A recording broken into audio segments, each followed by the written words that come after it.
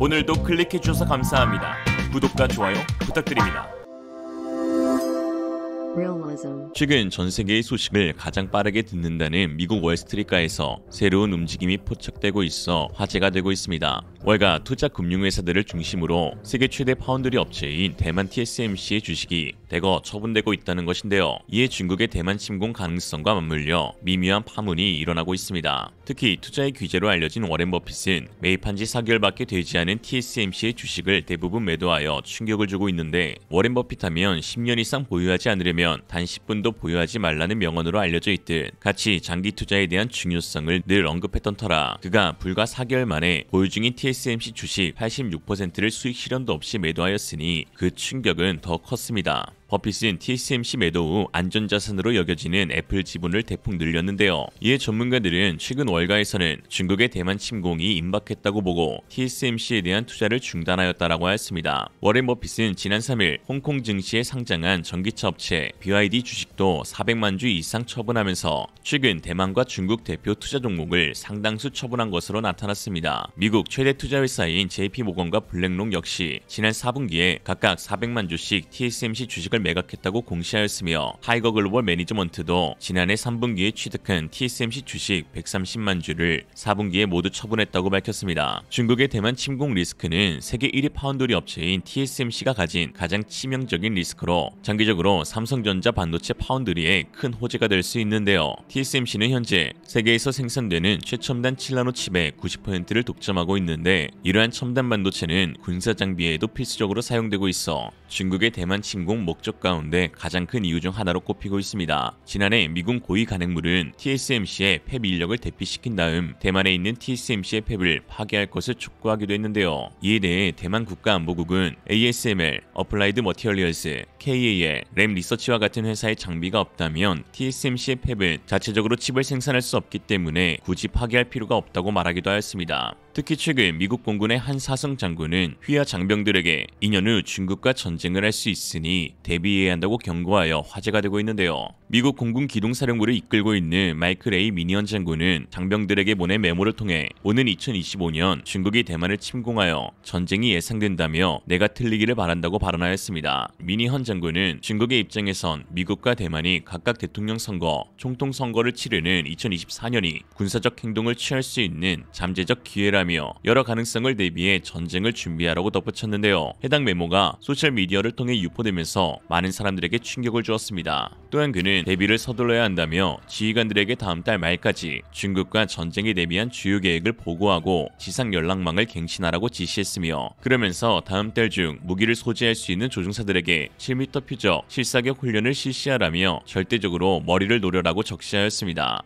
훌륭하신 분이네요. 물론 2021년에도 추거정 대만 국방부장이 2025년이 되면 중국이 치러야 할 비용이 낮아지면서 전면적으로 대만을 침공한 힘을 갖추게 될 것이라고 말하는 등 그간에도 2025년 대만 침공설은 있었지만, 현역 미 사성 장군이 구체적인 대응 태세를 강조하며 지시사항을 하달한 것은 그 무게감에서부터 달랐는데요. 더군다나 미니언 사령관은 2019년 9월부터 2년간 미 인도태평양 사령부 부사령관을 지낸 등 중국 인민해방군의 동향과 관련 정보에 정통한 인물이고, 그가 이끄는 미 공군 기동사령부는 전장에 있는 미군의 보급, 수송을 사실상 총괄하는 곳이기에 중국의 대만 침공이 실제로 머지않아 일어날 수 있다는 우려가 커지고 있습니다. 미니언 장군의 전쟁 가능성 언급은 중국과 대만의 군사적 충돌 긴장감 고조에 대한 미국 군사안보 최고위층의 우려가 반영된 것으로 해석되는데요. 로이드 오스틴 미국 국방장관 역시 이달 초 대만 해협 근처에서 중국의 군사활동이 강화되고 있는 것은 중국의 대만 침공이 임박했다는 신호인지 심각하게 의심해봐야 한다고 언급한 바 있기도 합니다.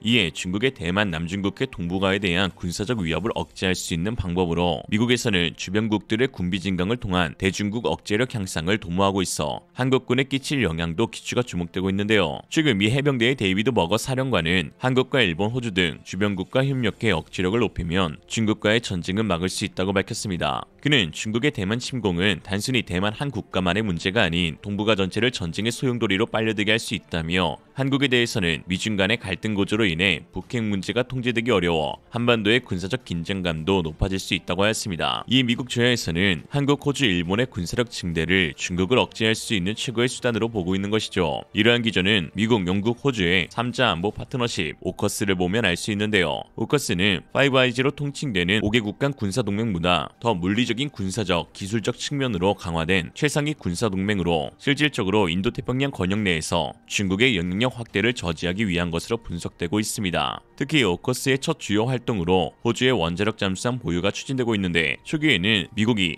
호주의 원자력 잠수함 설계 기술을 주고 호주의 생산 공장을 건설하기로 했던 것이 최근 호주의 집권 여당이 바뀌게 되면서 완전히 다른 방향으로 흘러가고 있습니다. 호주는 애당초 미국 버지니아급 핵추진 잠수함의 기술 이전을 받으려고 했으나 호주의 노동당이 새 정부로 집권하게 되면서 다시 계획을 철회해 영국의 아스투트급 공격 원잠을 자국의 핵잠수함으로 내정하고 영국과 관련 협의를 진행하고 있으며 오는 3월 워싱턴에서 열린 오커스 정상회담 때 해당 내용을 확정 발표할 것이라고 군사매체 브레이킹 디펜스에서 지난 10일 보도하였습니다. 이는 지난 9월 열린 미영연합훈련에서 영국의 아스투트급 잠수함이 미 버지니아 잠수함을 상대로 더 나은 수중 전투 능력을 보여주었다는 것과 호주의 새로운 집권 여당이 된 친중 정당인 노동당이 미국 버지니아급 잠수함 도입을 반대하고 있기 때문입니다. 노동당과 중국의 커넥션은 여러 사례를 통해서 이미 증명된 바 있는데요. 특히 호주 선거에서도 중국 공산당의 개입 정황이 드러나 파문을 일으키기도 하였습니다. 호주 매체의 최근 보도에 따르면 2016년 멜콤 총리 정부 시절 호주에 거주 중인 한 중국인 억만장자가 200만 달러를 노동당 상원 의원을 비롯해 정치권에 뿌린 것이 드러나 충격을 주었고 지난 2월 9일에도 호주의 대간첩 안보기구인 국가안보정보원은 호주의 선거 개입 의혹을 제기하기도 하였습니다. 이와 관련해 베스트셀러 책인 중국의 조용한 침공의 저자인 호주의 클라이브 해밀턴 교수는 노동당 정부가 외교 노선을 갑자기 바꾸지는 않겠지만 기존 모리스 정부에서 이뤄진 강력한 반중국 정책들은 상당히 완화될 것이라고 예측했고 그 노동당의 첫 번째 시도가 바로 미국의 잠수함 도입이 아닌 영국산 잠수함으로 도입하는 것이죠. 일각에서는 버지니아든 아스튜트든 똑같은 핵 추진 잠수함인데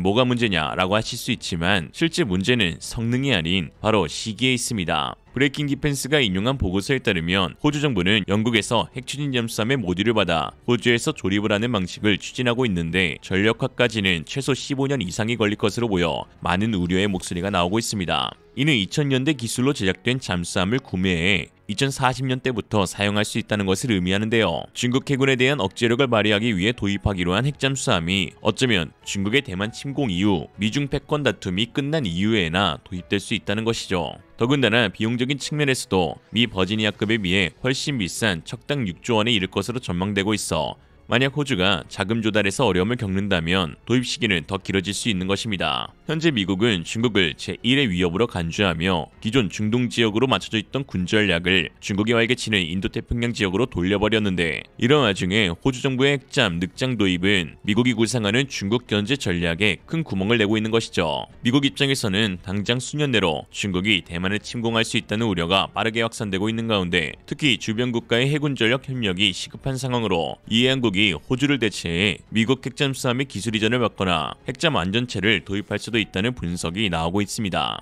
특히 지난 17일 한미양국은 확장 억제 수단 운용 연습 DSC-TTX를 실시하였는데 한국의 군 관계자들이 사상 처음으로 미국 조지아주 킹스베이에 있는 핵잠수함 기지를 방문하기로 하여 화제가 되고 있습니다. 핵잠수함 기지의 정확한 위치나 운용 방식 그리고 구체적인 전략화 과정은 1급 군사기밀로 취급되어 민간 GPS 기반 지도맵에서는 검색조차 안되며 미국의 동맹국들에게도 그동안 공개되지 않아왔습니다. 그런데 한국군의 미 핵잠기지 방문은 심지어 단순 참관이 아닌 실제 공격 시나리오를 가정한 확장 억제 수단 운용 연습 과정을 공유하기로 하면서 한국의 핵잠 운용에 도움을 주려 하는 것이 아니냐는 주장도 제기되고 있는데요. 또한 미 해군 산하 조직인 해군 시스템 사령부에 따르면 지난 7일 톰 앤더슨 해군 제독이 한국을 방문한다고 밝혔는데 방한 기간 엄동한 방사청장을 만나 해군 전력 프로그램을 교환할 예정이며 특히 대우조선해양과 한국조선해양 그리고 한진중공업 등 국내 조선업체들을 방문하기로 하여 화제가 되고 있습니다. 그냥 제독 한 명 와서 보나보다 생각하실 수 있지만 사실 톰 앤더슨 앤더슨 해군 제독은 미 해군의 PO-10을 이끌고 있어 그 의미가 남다른데요.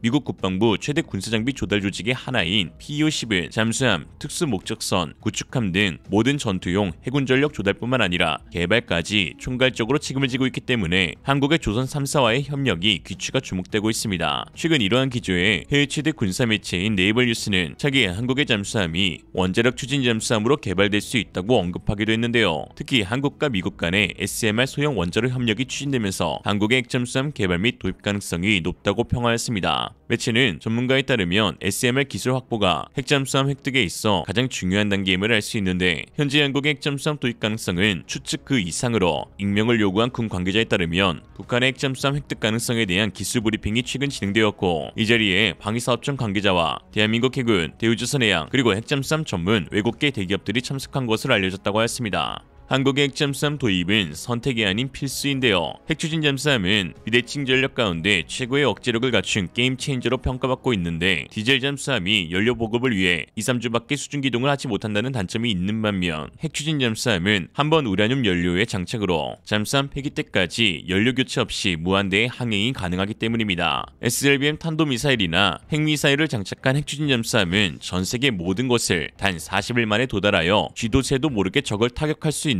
등 현존 최강의 비대칭 전력으로 꼽히죠. 일각에서는 한국까지 핵추진 잠수함을 도입한다면 한반도 3면의 바다에는 한국, 미국, 중국, 일본, 호주, 북한 등 세계 각국의 잠수함들이 활개치게 될 것이라며 불필요한 군사적 긴장감을 야기시키는 행위라고 말하기도 합니다. 그러나 말을 바꿔 우리의 바다에 타국의 잠수함들은 우리도 모르게 침투하여 활개치는데 우리 한국이 이를 억제할 수단조차 갖추고 있지 않다면 바다의 진정한 주권이 누구에게 있는지 도리어 반문하여 묻고 싶습니다. 차세기 로마의 병법가인 베게티우스 레나투스는 시비스 파켐 파라벨룸 즉 평화를 원한다면 전쟁을 준비하라는 말처럼 자주국방에 충실해야 역설적으로 평화가 보장됨을 기억해야 하는 순간이죠. 오늘의 한 줄 평, 전쟁은 누가 옳은지를 결정하지 않는다. 누가 남는지만 결정한다.